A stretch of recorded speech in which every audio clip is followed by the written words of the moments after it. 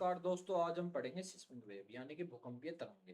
Primarily earthquake से निकलती है, बट इसके और भी कारण हैं, जैसे कि वोल्केनिक इरप्शन, ज्वालामुखी का उद्गार, मैग्मा मूवमेंट। जब मैग्मा सर्कुलेशन होता है स्टेनोस्फेयर में तो प्लेट मूवमेंट करती है, तो उनसे घर्षण पैदा होता है। घर्षण से क्या होता है, जमीन हिलती है और सिस्मिक वेव पैदा होती है। लैंडस्लाइड, जब एक जमीन का टुकड़ा अलग हो जाता है तो उससे भी ये पैदा होती है। लार्ज मैन एक्सप्लोजन, यानी कि ह्यूमन एक्टिविटी के थ्रू माइंस में एक्सप्लोजन किया जाता है खनन के लिए, वहां से पैदा होती है। अब देखेंगे हम डायग्राम के माध्यम से। ठीक है, ये होता है फोकस। फोकस का मतलब होता है जहां से भूकंप की शुरुआत होती है। ठीक है, भूकंप की शुरुआत फोकस से होती है। उसके बाद ये फोकस कहाँ होता है, ये अर्थ के इंटीरियर में होता है। फोकस के बाद जब वेव सबसे पहले अर्थ के सरफेस पे पहुंचती है, ये वाला पॉइंट, इसको बोलते हैं एपिसेंटर। अब इस एपिसेंटर और इस फोकस के बीच में जितनी भी वेव्स होती है इनको बोलते हैं बॉडी वेव। अब ये बॉडी वेव वैसे चारों दिशाओं में फैलती है, बट ये जो फोकस होता है, फोकस के सबसे नजदीक नजदीक यानी कि सबसे क्लोज जो सरफेस पे पॉइंट बनता है वो होता है एपिसेंटर। और यहीं से सारी चारों दिशाओं में वेव्स फैलती है। ये वेव्स होती है सरफेस वेव। ये डिस्ट्रक्टिव होती है यानी कि विनाशकारी। कौन सी, जो एपिसेंटर से निकलती है। और जो फोकस से निकलती है, जो प्राइमरी वेव्स होती है यानी कि प्राइमरी और सेकेंडरी वेव होती है, ये होते हैं बॉडी वेव। अब आगे चलते हैं। देखो, फोकस क्या होता है, ये होता है फोकस। फोकस का मतलब जहां से पहली बार एनर्जी रिलीज हुई। उसके बाद एपिसेंटर क्या होता है, एपिसेंटर ये होता है सरफेस वाला एरिया, जहाँ से सरफेस पे वेव्स फैलती है। अब देखो, this is the exact point inside the earth where the earthquake actually begins. Energy is the first release, यानी कि ये वो वाला पॉइंट होता है अर्थ के अंदर जहां से पहली बार एनर्जी रिलीज होती है। This is the point of the earth surface that is directly above the focus, यानी कि जो फोकस के बिल्कुल डायरेक्ट ऊपर जो पॉइंट है उसको बोलते हैं एपिसेंटर।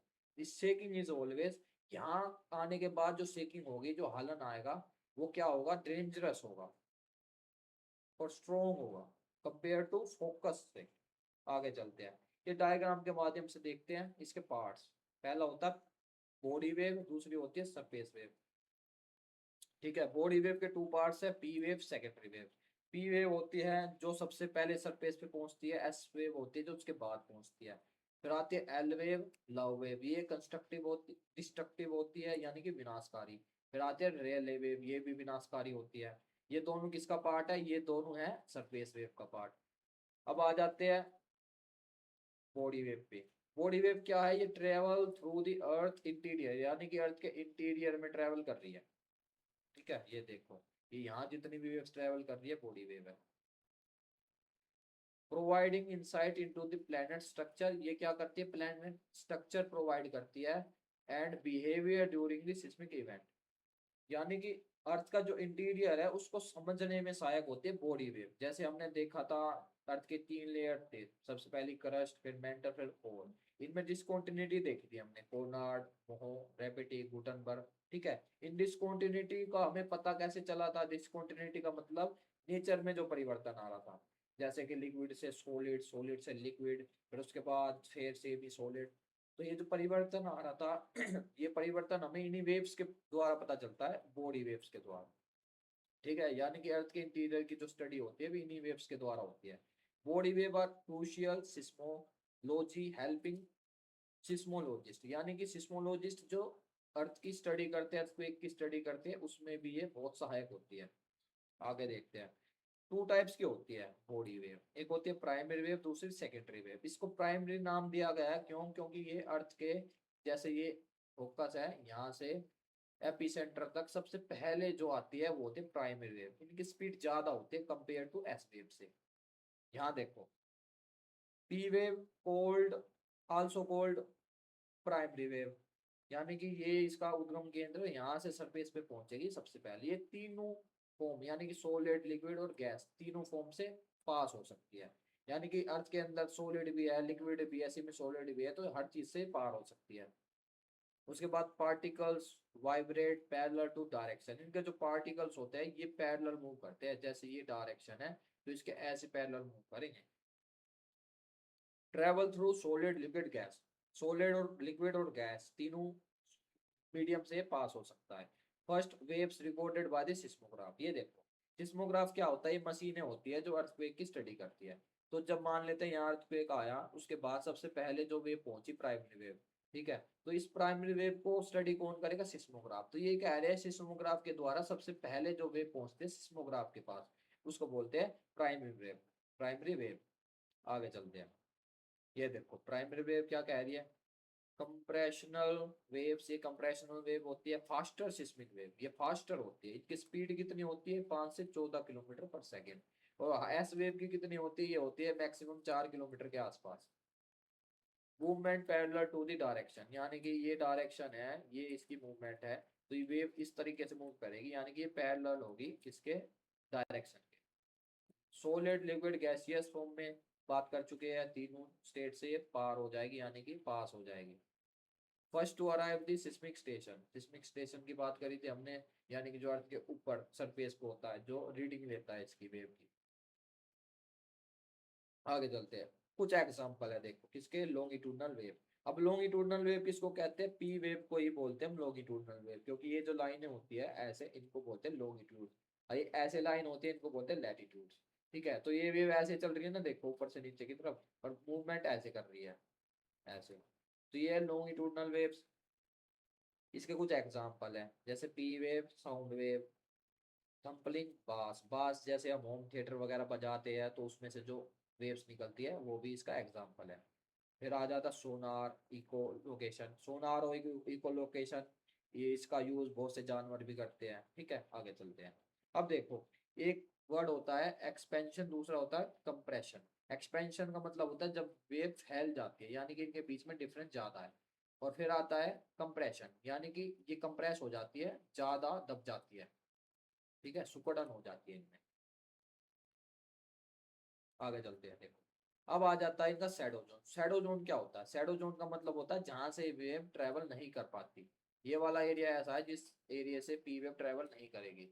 ये कितना है, 105 से लेके 145 तक। ठीक है, 105 से लेके 145 तक। अब क्वेश्चन ये आएगा कि पी वेव तो ऐसी वेव है जो तीनों स्टेट से पास हो सकती है, solid, liquid and gaseous form से।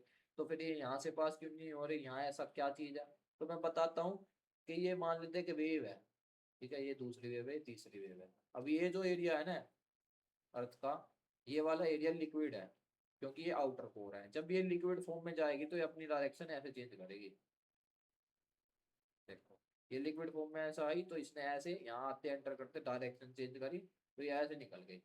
अब ये वाली इधर निकल गई, तो इसके बीच में जो गैप बना जहां से नहीं निकल पाई, तो इसको हमने क्या बोला, इसको बोला हमने शैडो जोन। अब कितना होता है शैडो जोन, ये होता है 105 डिग्री से लेकर 145, किसका, पी वेव का। अब चलते हैं आगे। अब आ जाती है एस वेव, यानी कि सेकेंडरी वेव। सेकेंडरी वेव वो वेव होती है जो दूसरी, यानी कि सेकंड टाइम पहुंचती है अर्थ के सरफेस पे। पहले में कौन पहुंचते हैं, पी वेव। अब इसकी जो स्पीड होती है कम होती है पी वेव से, स्लो होती है। ट्रांसवर्स वेव होती है, वहां हमने क्या पढ़ा था, वहां हमने पढ़ा था लॉन्गिट्यूडनल ऐसे। अब ये कैसे चल रही है, इस तरीके से, ये जो फॉर्मेट है इसको बोलते हैं ट्रांसवर्स। ठीक है, particular vibrate perpendicular, perpendicular vibrate करते हैं, यानी कि ये होता है परपेंडिकुलर, ये डायरेक्शन है, ये वेव्स है, तो ये इस तरीके से परपेंडिकुलर मूवमेंट करते हैं। Travel only through the solid, ये बहुत इंपॉर्टेंट चीज है, देखो दोबारा देखो। Travel only through solid. हमने पी वेव को देखा था, वो तीनों नेचर्स, यानी कि सॉलिड, लिक्विड, गैसियस फॉर्म से ट्रेवल कर पा रही थी।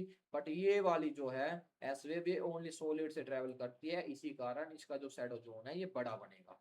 Can not travel through liquid, ये लिक्विड से नहीं पास हो पाती।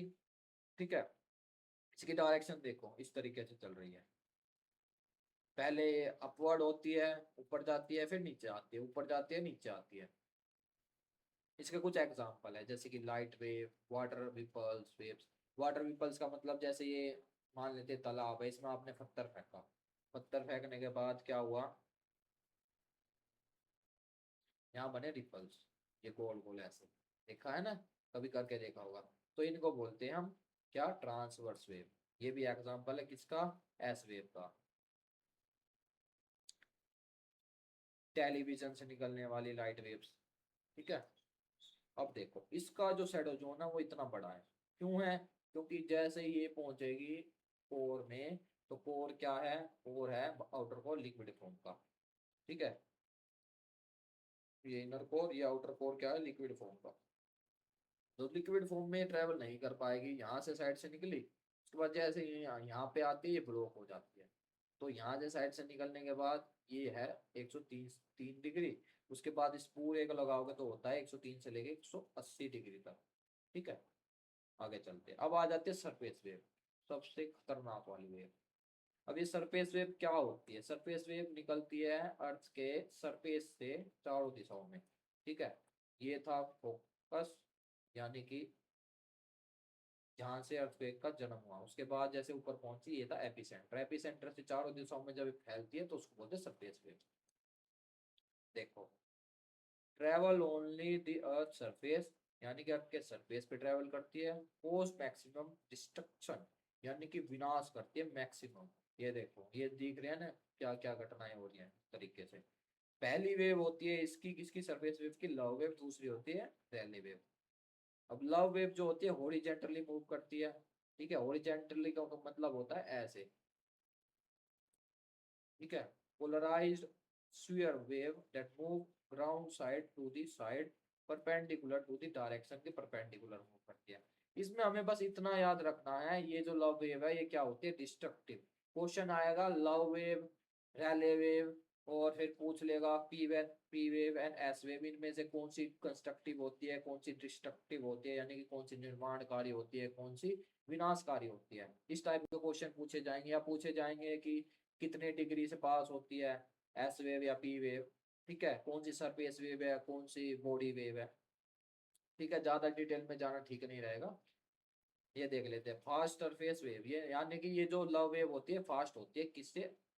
जो दूसरी वाली वेव होती है, fastest surface wave typically arriving after the initial body waves. ये जो बॉडी वेव होती है इनके बाद ये शुरू होती है। अब देखो ये लव वेव है, इसका कारनामा देखो।